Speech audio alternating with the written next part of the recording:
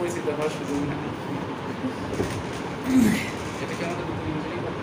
হ্যাঁ স্যার, আগেরটা শেষ হয়ে গেছে। আমাদের নতুন ম্যাডাম কেমন? স্যার বসেন। না না, নতুন ম্যাডামের সাথে ওইভাবে কথা হয় নাই। বসে না, বসুন বসুন, আমি হাঁটতেছি, আমার কোনো ব্যাপার করতেছি। আমাদের সাথে যে ওরকম পরিচিতও হয়নি তো। এক সিয়ারে কতক্ষণ বসে? ওরকম কথা বলে নাই, আসি কথা বলার জন্য। উনি কথা বলবেন, উনি কথা বলার মতোই মানুষ, উনি অনেক বেশ মিশুক, কিন্তু তাই না?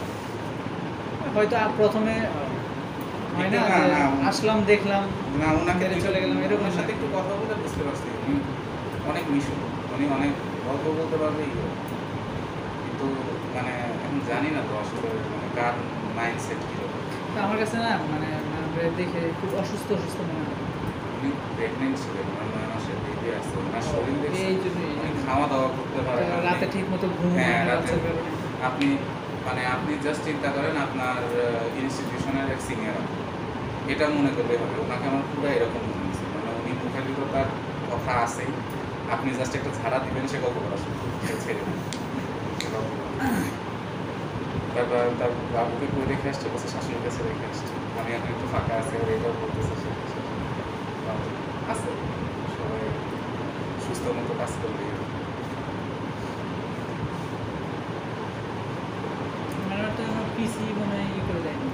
তাই না? উনি তো ওনার প্রোফাইল একটু সেট করেন করতে, আর এই জন্য ও কিন্তু আমার দিকে বললো পিসিটা অন হচ্ছে না, কীভাবে করবো? সুইচ দেওয়া নাই, পরে সুইচ দিছে, মানে অফ হয়েছে। তাহলে কি দিয়ে দিছে? দিছে কি- আমি পাসওয়ার্ড দিছে কিনা আমি বলতে পারি না, কিন্তু আইডি কালকে থেকে ফোন কালকে দিলো? সকালে বলতেছে পিসিটা তো অন হচ্ছে না, সুইচ তো দেয় নাই, পরে সুইচ দিল। আমাদের একমাত্র মনে হয় আমাদের পিসিটাই আছে, আর এর আগে এই পিসিটা ছিল 24 আওয়ার্স, ওই পাশটা আরেকটা আছে মিমি ম্যাডাম। 24 আওয়ার্স। এইটা তো এখানে যেটা ছিল আমরা তো মানে যে শুক্রবারে নামাজ পড়তে যেতাম, তখন আমি অফ করে যেতাম যে বাবা একটু রেস্ট নেই, এক সপ্তাহে একদিনই তো রেস্ট। তো 2-1 ঘন্টা বলুন। তাও 1.5 ঘন্টা। ইলেকট্রিক্যাল ডিভাইসের একটা কথা আছে, ইলেকট্রিক্যাল ডিভাইস একবার রান করলে এটা মানে চললে যতটা না ক্ষতি, বন্ধ করলে তার চেয়ে বেশি ক্ষতি। একটা লাইট যদি আপনি টানা জ্বালান, আপনি 4000 ঘন্টা মতো চলে টেস্টিং করে, বন্ধ করেন অন করেন, বন্ধ করেন অন করেন, তাহলে 2500 মানে 2500এই শেষ হবে, মানে তাহলে আসলে কি এইসব কারেন্টের ইনস্ট্রুমেন্ট হচ্ছে রোধের, রোধ ইলেকট্রিক রোধ, ওই রোধের উপর বেস করে রোধ তৈরি হওয়া মানে হচ্ছে হিট তৈরি হওয়া, আর এই মানে অণুগুলো পরমাণুগুলো নষ্ট হচ্ছে হিটে। তো আপনি একটা জিনিস চালু আছে, ও চালু থাকলে ওর একটা নির্দিষ্ট ইলেকট্রিক প্যাটার্ন ঠিক সিলিকনের প্যাটার্ন, এগুলো তো বেসিক্যালি সিলিকন। এটা যখনই আপনি অফ করবেন তখন আবার পুরো স্ট্রাকচার চেঞ্জ হয়, আবার পুরো স্ট্রাকচার ঠিক হয়, এরকম ইলেকট্রিক্যাল মানে মাইক্রোস্কোপিক স্ট্রাকচার, ওইটাতেই হচ্ছে কারেন্ট প্রবাহিত হয়, কারেন্ট বন্ধ হয়। তো এটা বারবার শেপ চেঞ্জ করলে যেরকম হয়, মানে অনেকটা সহজভাবে যে রাবার যেরকম অনেক টানেন করেন, প্রথমে ঠিক থাকে, কিন্তু পরে ল্যাগ মানে হয়ে যায়, একদম ছেড়ে দেয়, কাপড়ের মতো। কাপড় যখন ফার্স্ট অনেক টাইট থাকে, কিন্তু অনেকবার বলতে বলতে যে এটা ঠিক হয়ে গেছে, এরকম এরকম আর কি। হ্যাঁ, এটা ভুল হওয়ার পিছনে আমার ঘড়িটাও দায়ী, এরকম না। তো দেখা যায় কম্পিউটার চালু রাখাই ভালো, বড় বড় সফটওয়্যার কোম্পানিগুলো ফার্মে মানে অলওয়েজ চালু থাকে। স্লিপ মোডে দিয়ে দেয়, মানে স্লিপে দেয়, অনলি ইয়েটা মনিটরটা স্লিপে চলে যায়, কিন্তু চালু থাকে। দেখ, আমার খুব ভালো লাগছে যে আপনাদের স্টেশনটা অনেকদিন ধরে ফাঁকা ফাঁকা লাগতেছে। কেমন জানি লাগছে স্যার, আসলে যেখানে বেসিক্যালি প্রথম দিন থেকে তো আমি চিল্লাইতেছি, সাদা সাহেবরা বলতেছি যে বেসিক্যালি দরকার আপনাদের এখানে, কারণ এন্ট্রি হওয়া থেকে শুনে সব কিছু এদিক দিয়ে যায়। এখন না হচ্ছে তারা আমাদের দিকে দুনিয়া সব কিছু করায় দেয়, এগুলো কিছুই লাগতো না, আপনারাও জানেন এখনো জানেন। একটা রোগী আমরা হাতে লিখে দিলে কত সুন্দর আমাদের প্রেসক্রিপশন, ওই যে ভুল জায়গায় হাতে লেখা প্রেসক্রিপশনের যে একটা ফিলিংস এই যে আছে, একটা অন্যরকম। ফিলিংস আর বলেন না, মানে আমার রোগীদের ডাক্তার একটা দূরত্ব লাগে, আর নিজেও মানে একটা অ্যাডভাইস, আমি মাঝে মধ্যে পেশেন্টের ইঞ্জুরি হলে আমি হচ্ছে পেটের কোন জায়গায় ব্যথা আমরা সেটি গ্যাস্ট্রিক রিজন ভাগ করে আমি ক্রস দিয়ে দিতাম, অথবা আলট্রা করলে ওই জায়গায় কিছুই করতে পারি না। কি প্রেসক্রিপশন করতে, হ্যাঁ সবচেয়ে বড় ব্যাপার আমি ডায়াগনোসিস লিখতে পারি। সেটাই। ডায়াগনোসিস না, আমি যাকে কোয়ারি দিয়ে ডিফারেন্সিয়াল ডায়াগনোসিস লিখবো, আমার নিজের সুবিধার জন্য ফলো আপ করবো, কিচ্ছু না। কি করে না, কত সুন্দর আমাদের একটা স্ক্যানার আছে, আর আপলোড তো করাও থাকতো, খালি ওই যে ভুল জায়গায় ভুল উত্তর দিয়ে দিচ্ছে, মানে দিয়ে খাপা লাগে ফেলছে, এক ক্লিকে বলে পাওয়া যায়। মানিক স্যার এরপরে আসলো না, আসলে আমি বলতাম যে স্যার আমি এই কথাটাই বলছিলাম, আপনি তখন বললেন কি আপনি না পারলে আপনার পাশেই আছে, আশেপাশেই আছে যারা এরকম কাজ করতে পারে। পারা না পারার সাথে সম্পর্ক। আলটিমেটলি বুঝাইলো কি যে আপনি কিছু মনে করেন না, নেগেটিভলি নিয়েন না, না পারলে আমরা বলি যে আপনাদেরকে বলতেছি না, আবার বলে আপনাদেরকে বলতেছি না এটা। আমি বললাম যে স্যার এটা তো আপনার আইটির কাজ, আপনি আইটিকে বলবেন এটা ডেভেলপ করে দিবে। সে বললো যে ডেভেলপ করতে গেলে এটা অনেক এক্সপেন্সিভ। তো আমাদের ওনারা যে একটা আরও একজন ছিলেন, সে তো আবার এগুলো খুব ভালো বুঝে, সেও খুব সায় দিল। শেষে যা তো দিনে 5 লাখ করে ডাক দেন। তো দেখলাম যে এখানে আর কথা বলে লাভ নাই। স্পেস দিয়ে দিতে ফাঁকা যখন আমরা যখন এন্ট্রি দিতাম, মানে প্রত্যেকটা পেশেন্ট এই প্রেসক্রিপশন যখন এন্ট্রি দিতাম, তখন দেখতাম যে মানে হিস্টরি রচনা লিখতো, আর এখন দেখি যে কি লিখছি। কফ হইলে শুধু কফি। মাঝখানে বলেছে যে ফিক্সেশনের জন্য খালি নাম্বার লেখা বানাই দিয়েছে। আবার বলতো যে এতক্ষণ লাগে একটা ইয়া দিতে, মেডিসিন লিখতো না পা, কিন্তু রচনা কিন্তু ওই দিক দিয়ে কিছু কিছু রোগী তো বসা রাখতো, বসা রেখে এখানে এন্ট্রি করা মানে একটু দেরি হইলে পাইছিলাম যে ডায়রিয়ার পেশেন্ট অ্যাডভাইস লিখছে, ওই যে ডায়রিয়া দিয়ে হ্যাঁ হ্যাঁ ডাবের পানি না, ওইটা যে কি লেখছে, আমি পড়ছি এটা। ওইটা যে কি লেখছে, আল্লাহ বাবা জানে। আমার ওয়াইফকেও দিলাম, ও বলতেছে যে এইটা কি, এগুলো সুস্থ মানুষ লেখছে। আবার হচ্ছে আমাদের গ্রুপে দিয়েছিলাম, আমাদের স্যার গ্রুপে দিয়ে দিয়েছেন না না না মানে গ্রুপে দিয়ে দিয়েছেন? না না, এটা হচ্ছে আমাদের মেডিকেলের গ্রুপে, ওখানে দিয়েছিলাম। ওরা হচ্ছে সবাই মানে আমার বান্ধবী যে আছে ও বলতেছে কি কি খাইছে ওনাদের বল, আমাদেরকে একটু দেওয়ার জন্য। আজকাল কুমিল্লার জিনিসপাতি খারাপ হয়ে গেছে, এর ফল আমাদের দেওয়ার জন্য ধরতেছে না এগুলো। ধরতেছে না। এমন অবস্থা, কি অবস্থা, একটা ডাক্তার কীভাবে দেখেন, কতখানি ইম্যাচুর। আমরা একটা জিনিস দেখার পরে আমাদের কথা হচ্ছে আমাদের হাতে লেখা থাকে মনে একটা প্রমাণ। যখন আমাদের পিসিতে যখন এন্ট্রি দেওয়া বন্ধ হয়ে গেল, যখন আপনারা সব নিজেরা দিচ্ছেন, তখনই ইন্টেনশনটা ক্লিয়ার হয়ে গেছে যে কি ছিল। আমাদের কাছে মেসেজটা খুবই ক্লিয়ার হয়ে গেছিল যে আগে কেন এত বেশি লিখতেন আর এখন কেন এত কম লিখছেন। আল্লাহ যা করে ভালো জন্য করে দোয়া রাখছে, এইগুলোর সাথে তো এখন নিজে লেখো, নিজের গর্জে নিজে লেখো, টাইপও তো করতে পারতো না। হ্যাঁ তাই মানে একটা প্রেসক্রিপশন করে দিলে একটা যদি ব্যাক স্পেস দিতাইতো মানে 5-6টা ইয়া ঘর ফাঁকা করতো আর পারতো না। কি লেখা অথচ কি সব ডায়ালগ পেপার সামনে দিত।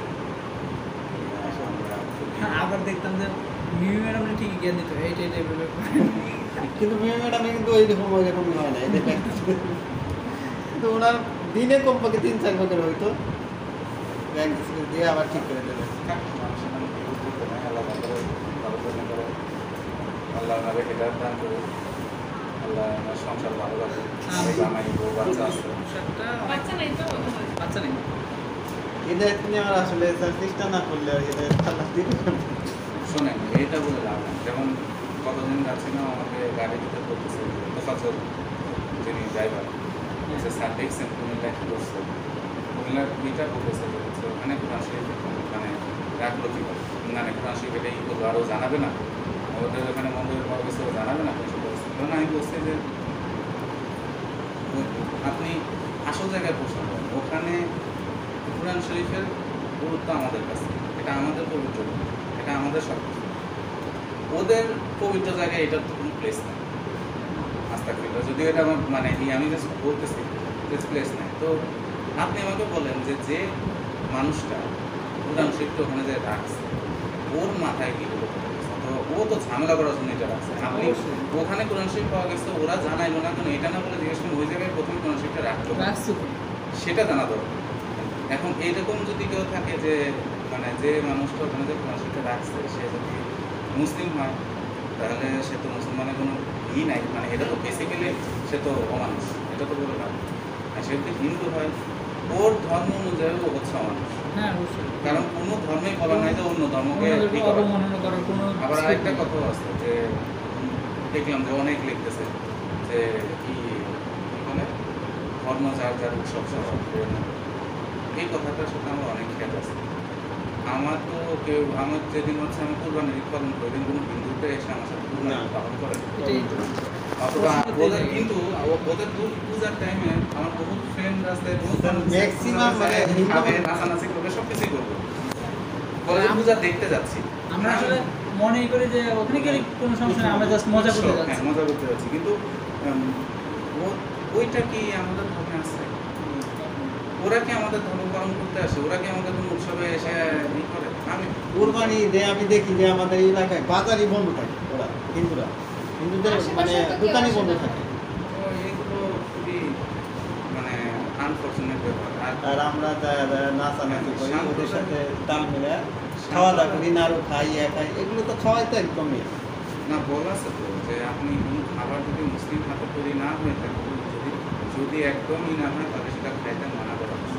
কারণ একটা হালাল খাবার খাওয়ার জন্য সে প্রাণীটাকে হালালভাবে হালালভাবে জবাই করতে হবে। আপনি এখন বাইরে কান্ট্রিতে গেলেও দোকান থেকে হালাল খাবারের প্যাকেট দেখে নিতে হয় যেটা হালালভাবে প্রসেস করা, কিন্তু কেএফসি বলো অথবা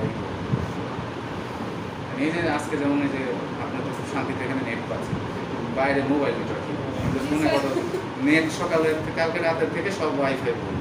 যত অবৈধ ভিআইপি এলাকার লোকাল পাড়ার যেসব ওয়াইফাইগুলো আছে, ল্যান আছে, ওগুলোতে নেট পাওয়া যাচ্ছে, কিন্তু ওগুলোতে অবৈধ প্রক্সি দিয়ে ওদেরকে আর সরকার আটকে দেবে না, কিন্তু যত বড় বড় সার্ভিস প্রোভাইডার আছে সব আরে এখন স্যার আটকাইতে পারে না। না আটকাতে পারছে, কিন্তু মোবাইল নেট নাই তো। মানুষজনের সবচেয়ে ব্রডব্যান্ডের হচ্ছে কাছের হচ্ছে মোবাইল, মোবাইলে সব হচ্ছে ফেসবুক, এগুলো মানে ফেসবুক, হোয়াটসঅ্যাপ এইসব জিনিসগুলো খুব খারাপ। কি আর এখন এটা অনেক বড় একটা ঝামেলা। আলটিমেটলি কি ইস্যু তৈরি করতে যাচ্ছে আপনি যাবেন না? ও সার্ভার থেকে তো যাবেন।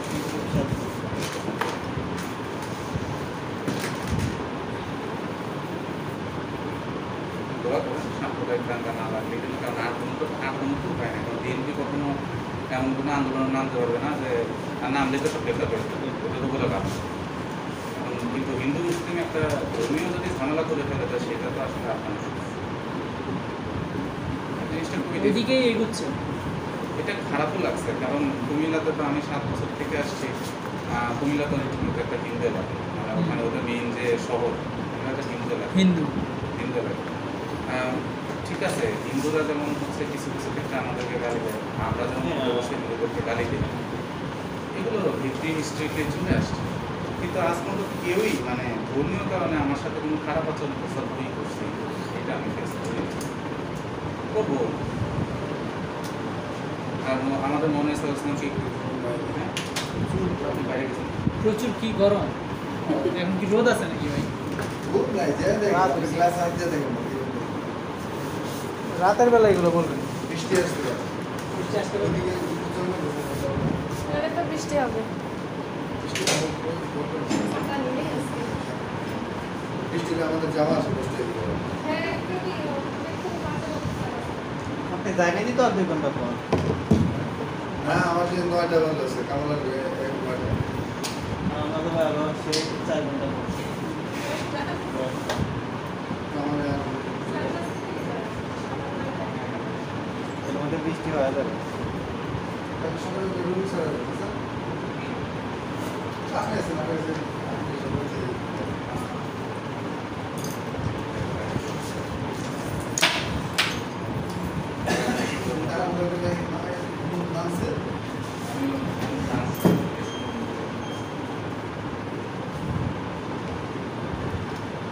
চার্জ দিচ্ছি ভালো আছে, নাহলে আমার আবার চার্জার দিবেন।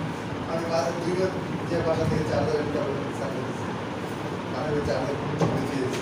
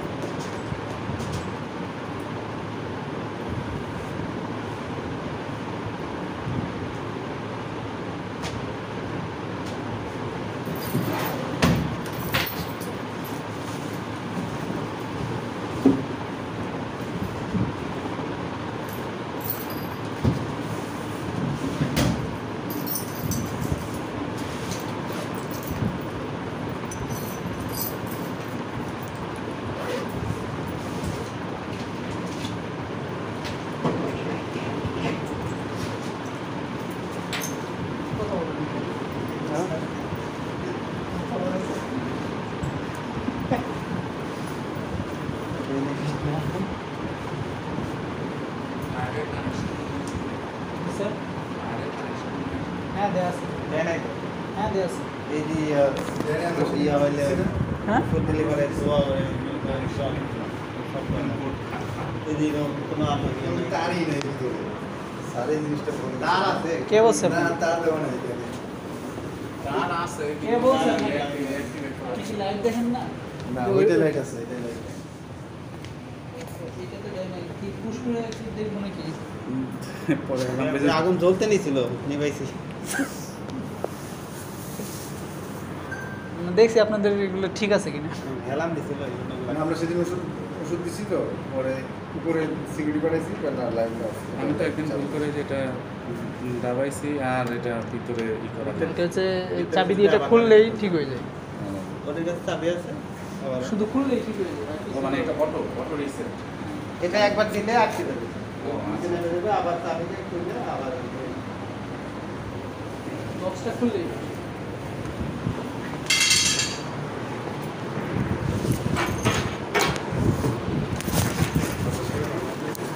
জি স্যার, ভালো থাকবেন স্যার। আসসালামু আলাইকুম। হ্যাঁ, কাগজটা ওকে থাকেন স্যার, আসি তাহলে।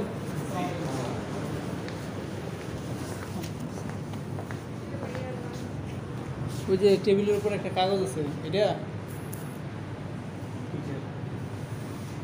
কালকে কিছু কাজ আছে, এসি এই সার্ভিসিং করাইতে বলবেন, তারপরে ডায়াল তো আমি নাই ওই জন্য কাগজে লেখা রাখছি, এটা এই টেবিলের উপরে রাখা দেন।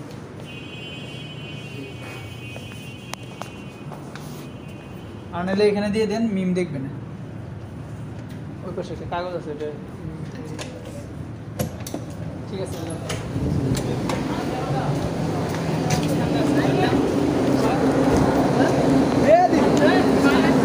ভাবতে গেছে, তবুও গলা নরম করে বললো, দেখুন আপনি আমার বয়সে বড়, আমি চাই না আর কোনো ঝামেলা। ভয় পেয়েছো ভাগ্নি ম্যাডাম? ভয় পাও? তুমি আমাকে চর মেরেছো না, আমিও মারবো তোমাকে, ভয়ে ভয়ে মেরে ফেলবো।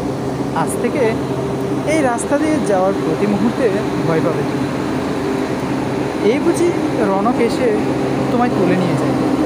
এই বুঝি রনক তোমাকে এই কোলাহলপূর্ণ রাস্তা থেকে জনশূন্য জায়গায় নিয়ে যায়? এই বুঝি রনক তোমার দেওয়া থাপ্পড়ের জবাব উসুল করে তোমার পবিত্রতার বিনিময়ে ভয় পাও? তুমি ভয় পাও? আঙ্গুল তাক করে কথাগুলো বলে গালে হাত বোলাতে বোলাতে চলে গেল রনক। জল ভরা চোখে কি কর্তব্য বিমুখ হয়ে দাঁড়িয়ে রইল রনক। কর্মজীবী মেয়েদের জীবনে ঠিক কত রকমের মানুষের সাথে লড়াই করে বাঁচতে হয় তার ধারণা নিয়েই বেঁচে আছে। নিজেকে খুব শক্তভাবে প্রস্তুত করেছে, কিন্তু আজ অবধি এমন ঘটনার মুখোমুখি হতে হয়নি ওকে। অরুণাভ মুখার্জি অনেকটাই আগলে রেখেছিলেন ওকে, কিন্তু আজকে রনক যা বলে গেল, সে ভয়টা কি ফেললো না? সত্যি কি এ ভয় ঘিরে ধরবে না ওকে? প্রিয় বন্ধুরা, আজকের এই গল্পের পর্বটি এই পর্যন্ত। বন্ধুরা কেমন হয়েছে তা অবশ্যই কমেন্টে জানিয়ে দিন। ভালো লেগে